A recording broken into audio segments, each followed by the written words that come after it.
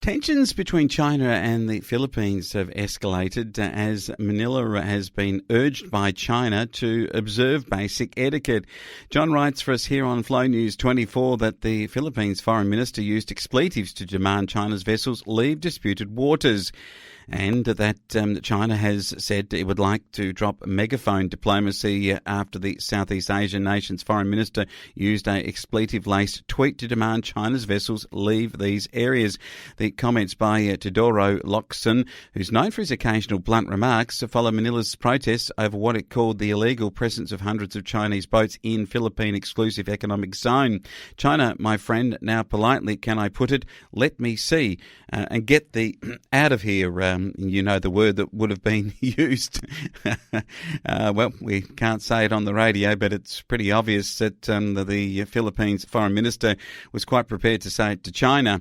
In the statement on Tuesday, China's Foreign Ministry urged the Philippines to respect the nation's sovereignty and jurisdiction and stop taking actions to complicate the situation.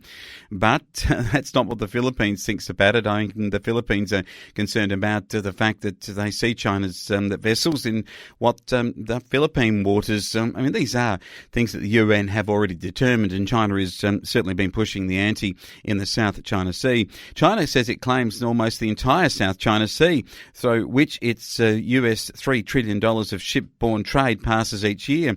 Back in 2016, the arbitration tribunal, which looked at this US $3 trillion shipborne trade that goes through there, it occurred in The Hague, and it ruled that its claim was inconsistent with international law.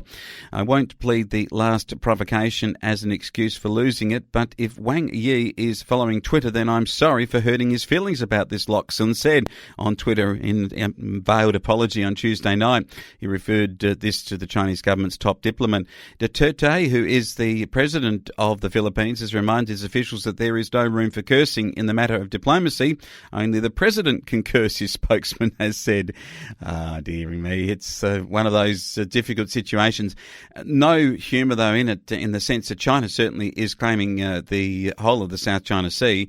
It's been told in 2016 that it is inconsistent with the region, but it looks like there's not a lot of will to do any more than maybe say a few nasty words from time to time, and then everyone goes back to making these veiled-type, friendly-type gestures towards each other. Wonder how the Americans view this, and wonder how Canberra is viewing this. John McDonnell has a full article on this at Flow News 24.